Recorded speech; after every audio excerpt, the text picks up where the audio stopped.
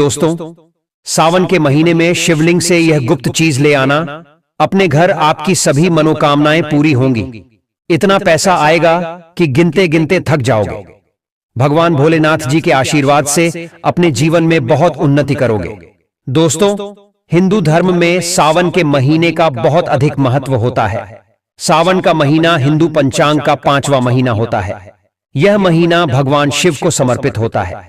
इस महीने में शिव भक्त भगवान शिव की विधि विधान से पूजा अर्चना करते हैं और सावन के महीने के सोमवार का महत्व और भी अधिक होता है। इस माह में शिव की पूजा अर्चना करने से सभी मनोकामनाएं पूरी हो जाती हैं। धार्मिक मान्यताओं के अनुसार सावन के महीने में भगवान शिव और माता पार्वती की विधि विधान से पूजा करने भक्त की मनोकामना पूरी होती है। इसके साथ ही सावन के सोमवार व्रत रखने से भोलेनाथ की विशेष कृपा प्राप्त होती है। दोस्तों, सावन महीना का आरंभ 22 जुलाई 2024 दिन सोमवार से हो रहा है और सावन महीने का समापन 19 अगस्त को होगा कहा जाता है। इस सावन के महीने में किसी भी व्यक्ति ने भगवान भोलेनाथ की थोड़ी सी भी पूजा साधना क्रिया कर ली तो उस व्यक्ति के जीवन की सभी मनोकामनाएं पूर्ण हो जाती हैं। उस व्यक्ति के जीवन के हर कष्ट खत्म हो जाते हैं और उस व्यक्ति के जीवन में धन आना शुरू हो जाता है। भक्तों, वीडियो आगे शुरू करें उससे पहले भगवान भोलेनाथ के सच्चे भक्त प्राचीन ज्ञान चैनल की इस वीडियो को लाइक अवश्य कर दें और कमेंट बॉक्स में हर हर महादेव सच्ची श्रद्धा से लिख दें, जिससे कि भगवान भोलेनाथ जी का आशीर्वाद आपको सीधे प्राप्त हो सके। दोस्तों, आज की इस वीडियो में हम आपको बताएंगे कि सावन के दिनों में आपको भगवान भोलेनाथ के मंदिर जाकर के क्या क्या भगवान भोलेनाथ को अर्पित करना और वहां से वापस क्या लेकर के आना है, ताकि आपके घर की गरीबी, दरिद्रता, परेशानी, कष्ट, दिक्कतें हमेशा के लिए खत्म हो जाए। दूसरी तरफ आपके घर पर सुख, समृद्धि, यश, वैभव, ऐश्वर्य की आपको प्राप्ति हो। ध्यान रखिएगा दोस्तों, सावन का माह का इंतजार हर व्यक्ति इसीलिए करता है ताकि उसको भगवान भोलेनाथ का आशीर्वाद मिल सके।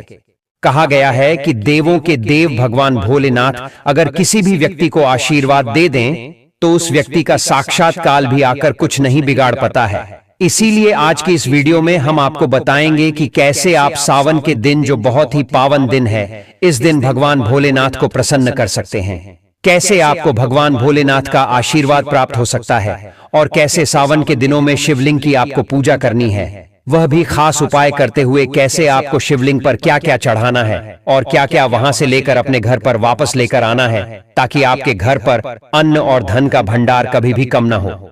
देखिए दोस्तों, आपके जीवन में कितनी ही बड़ी परेशानी हो, कितनी ही बड़ी दिक्कत क्यों ना हो, मान लीजिए आपके जीवन में धन की समस्या है, मान लीजिए आप नौकरी की प्राप्ति के लिए बहुत ही ज्यादा परेशान हो चुके हैं, आपके शत्रुओं ने आपको घेर लिया है, संतान की प्राप्ति आपको हो नहीं पा रही है, तो एक बात का ध्यान रखिएगा दोस्तों, सावन का पावन दिन एक ऐसे दिन होते हैं जिस दिन कोई भी व्यक्ति अगर थोड़े से उपाय कर लेता है, भगवान भोलेनाथ की साक्षात पूजा कर लेता है, तो उस व्यक्ति की कितनी ही बड़ी मनोकामना हो, कितनी ही बड़ा कष्ट हो, वह खत्म हो जाता है और उसकी मनोकामना पूर्ण हो जाती है। दोस्तों, मान लीजिए आपके ऊपर कोई दोष लगा हुआ है, जैसे वास्तु दोष, शनि दोष, प्राकृतिक दोष या कोई भी दोष लगा हुआ है, तो आपको सावन सोमवार के दिन थोड़ी सी पूजा करनी है और आपका दोष खत्म हो जाएगा।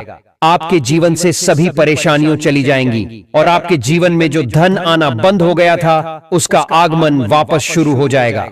मान के चलिए आपके जीवन में कभी भी कोई परेशानी नहीं रहेगी। बस दोस्तों, आज की इस वीडियो को लास्ट तक देख लीजिए और मान के चलिए भगवान भोलेनाथ के आशीर्वाद से आपकी सभी मनोकामनाएं भी पूरी होगी और आपके जीवन की सभी परेशानियां भी चली जाएंगी। देखिए, एक बात कही गई है कि जब भी हम भगवान भोलेनाथ की पूजा करते हैं, हमें धैर्य रखना चाहिए, विश्वास रखना चाहिए और श्रद्धा के साथ भगवान भोलेनाथ की पूजा करनी चाहिए, क्योंकि भगवान भोलेनाथ बहुत ही भोले हैं। वह किसी भी व्यक्ति की थोड़ी सी ही पूजा से, साधना से तुरंत ही प्रसन्न हो जाते हैं। इसलिए दोस्तों, सावन सोमवार के दिन कुछ ऐसी चीजें हैं जो आपको अवश्य पता होनी चाहिए, क्योंकि सावन सोमवार के दिन अगर आप भगवान भोलेनाथ के सामने पूजा करने जा रहे हैं, तो मान के चलिए दोस्तों, आपने अगर कोई गलती कर दी तो भगवान भोलेनाथ आपसे क्रोधित हो जाएंगे और आपने सही तरीके से पूजा की होगी तो साक्षात आपको भगवान भोलेनाथ उसी दिन आशीर्वाद दे देंगे और उस दिन के बाद आपके जीवन में कभी कोई परेशानी नहीं आएगी। आपको हमें एक एक चीज बताने जा रहे हैं, इसलिए इस वीडियो को लास्ट तक देखिएगा। सबसे पहले आपको भगवान भोलेनाथ के मंदिर जाना होगा। यह जितने भी उपाय आपको बताए जाएंगे यह मंदिर के उपाय होंगे। देखिए होता क्या है कि कई लोग हमसे पूछते हैं कि गुरुजी हमारे घर पर शिवलिंग है, क्या हम घर पर पूजा नहीं कर सकते हैं? तो इसका उत्तर है नहीं।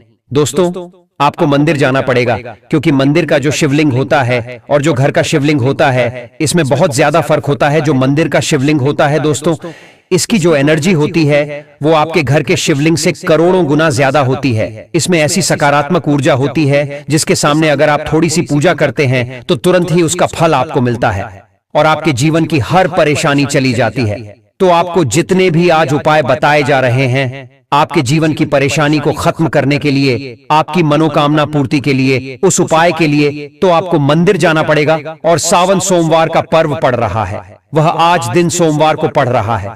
तो यह दिन ऐसा है, इस दिन अगर आप मंदिर जाकर के भगवान भोलेनाथ की पूजा आराधना कर रहे हैं तो मान के चलिए दोस्तों, आपके जीवन में कभी कष्ट आ ही नहीं सकता। पूरे साल आपके घर पर अन्न धन का भंडार बना रहेगा। तो आपको क्या क्या ले जाना है वह कहीं पर लिख लीजिए, क्योंकि दोस्तों अगर आपने एक भी गलती कर दी तो आपकी पूजा संपन्न मानी नहीं जाएगी। दोस्तों, सबसे पहली चीज जो भगवान भोलेनाथ के लिए आपको जल ले जाना है सावन सोमवार के दिन। कई लोग हमसे यह कहते हैं कि गुरुजी जल जो है वह तो शिवालय में भी मिल जाता है, शिव मंदिर में मिल जाता है।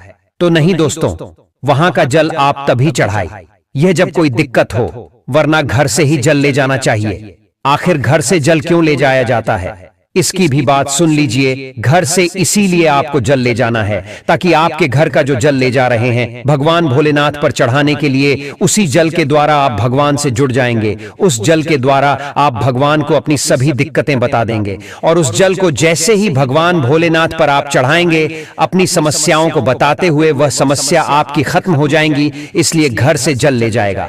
आप सबसे जरूरी चीज जो जल ले जा रहे हैं उसमें 2-4 बूंद गंगा जल जरूर डाल दीजिएगा, क्योंकि गंगा जल डाले बिना आपकी पूजा संपन्न नहीं मानी जाएगी।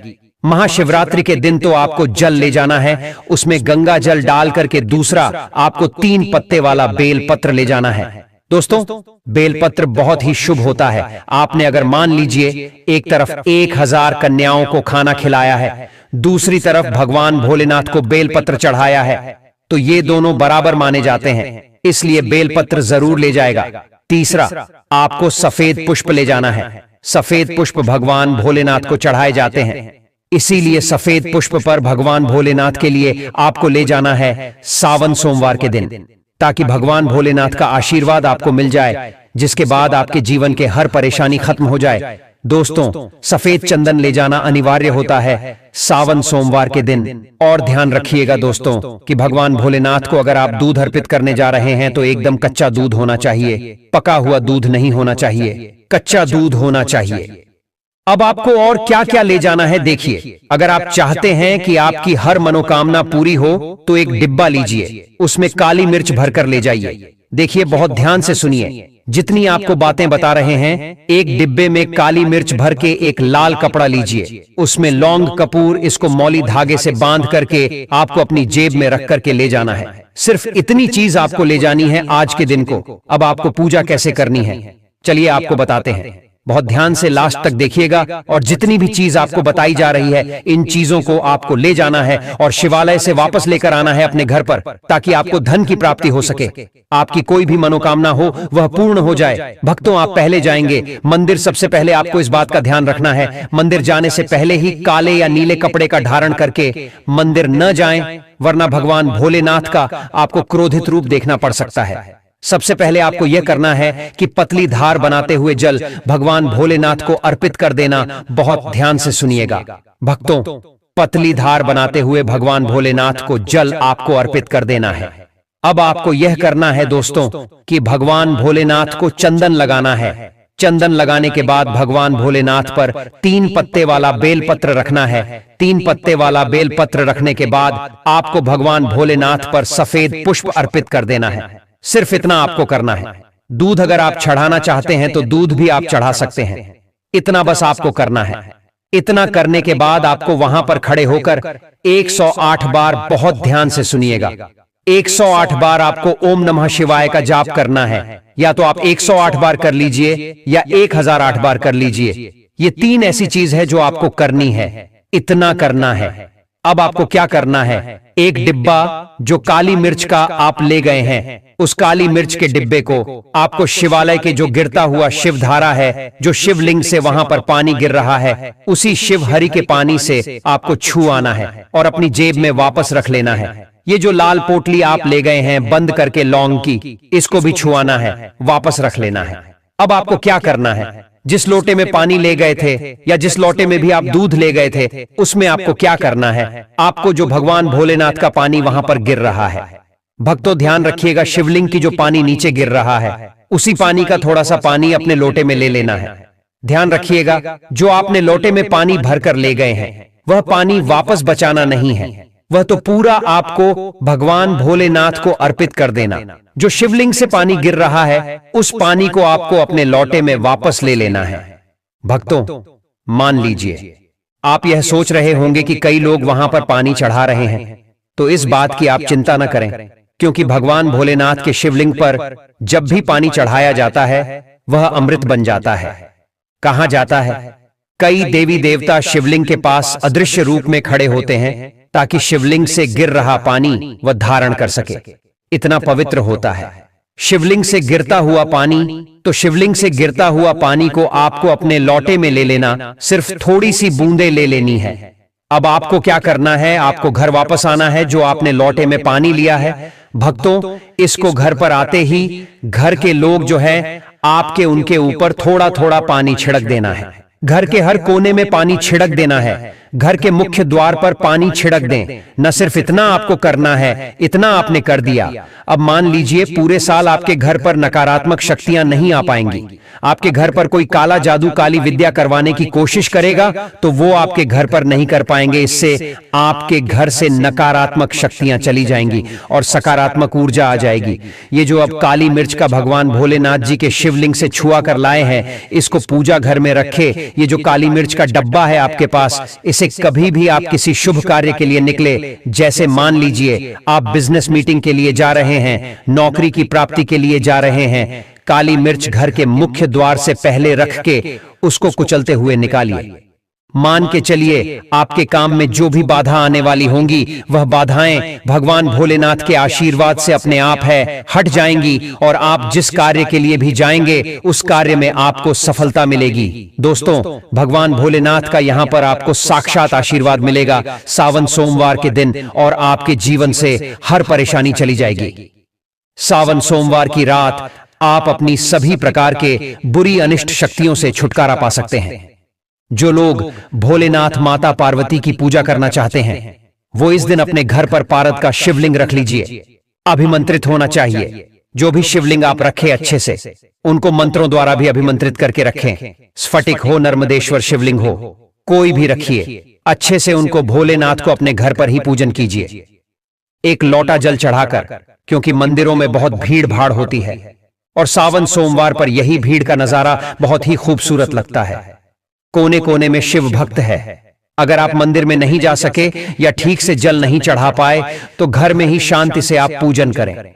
गन्ने का रस हुआ, पंचामृत हुआ, इससे आप इस दिन भोलेनाथ का अभिषेक कीजिए। दूध, दही, घी, शहद, शक्कर, पंचामृत बनाकर के अभिषेक कीजिए। दोस्तों, फिर भोलेनाथ का श्रृंगार कीजिए। चंदन चढ़ाई, अक्षत चढ़ाई, जनेऊ अर्पित कीजिए। थोड़ा सा चंदन का इत्र, क्योंकि चंदन का इत्र विशेष रूप से शिव शंभू को बहुत प्रिय है, तो वह आप अर्पित कीजिए। उनके पसंदीदा पुष्प चढ़ाए, आंकड़े की माला से उनका श्रृंगार कीजिए। दोस्तों, कनेर के सफेद पुष्प चढ़ाए, कमल हुए, गुलाब हुए, बेल हुए, यह फूल उनको बहुत प्रिय है, यह अर्पित करें और 5 बेलपत्र अवश्य चढ़ाएं। आप इस दिन चाहें तो या जो आपके पास बेलपत्र है उसी पर आप श्री श्री लिख करके या ओम नमः शिवाय या राम राम लिख करके अर्पित कीजिए। जो चिकना भाग होता है उस पर लिखिए और यह सीधा शिवलिंग पर अर्पित हो। इस प्रकार से आपको बेलपत्र चढ़ाने चाहिए। दोस्तों, आप विशेषकर इस बात का ध्यान रखें कि कटे फटे बेलपत्र न हो। जो व्यक्ति अधूरी चीज भगवान को अर्पित करता है तो उसे भी कटे फटे पत्तों की तरह ही कटा फटा फल ही प्राप्त होता है। इसीलिए कभी भी अपूर्ण सामग्री अर्पित न करें।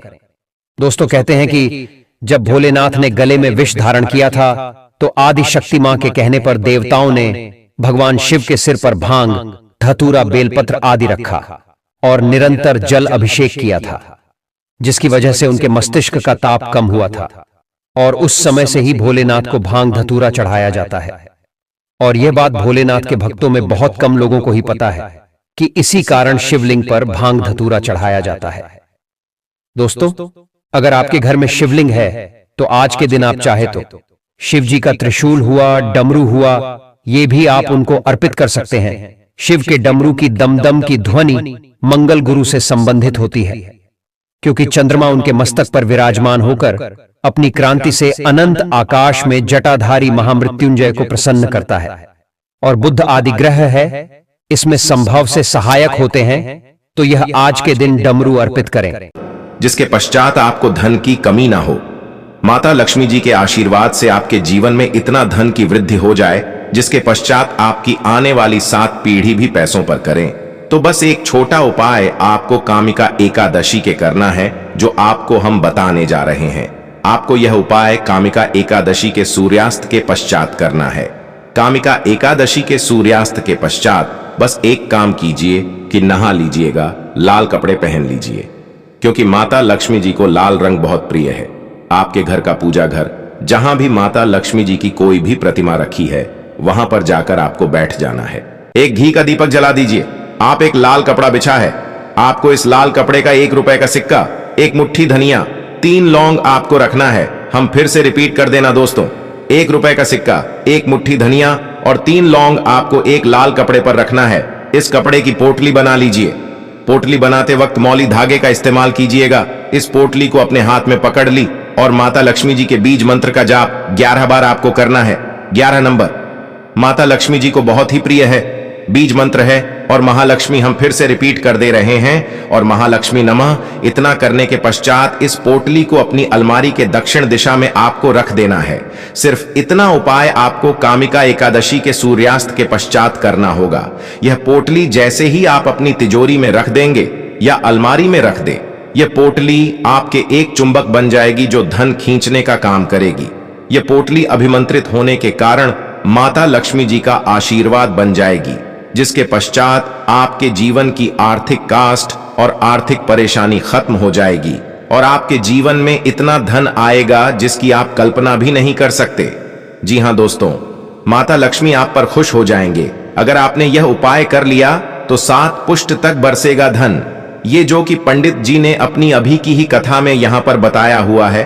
तो दोस्तों, आप सभी लोग जानते हो कि कामिका एकादशी के दिन भक्ति भाव से गंध फूल से जो कोई भी भगवान शिवाजी की पूजा करता है, उनके मंत्रों का जाप करता है, उस दिन उपवास करता है, वह 1000 जन्मों के पापों से मुक्त हो जाता है और भगवान शिव जी को हासिल कर लेता है। एकादशी का दिन एक ऐसा दिन माना जाता है जिस दिन भगवान शिव जी की अपार कृपा हासिल होती है। सावन का महीना है और शुक्ल पक्ष है।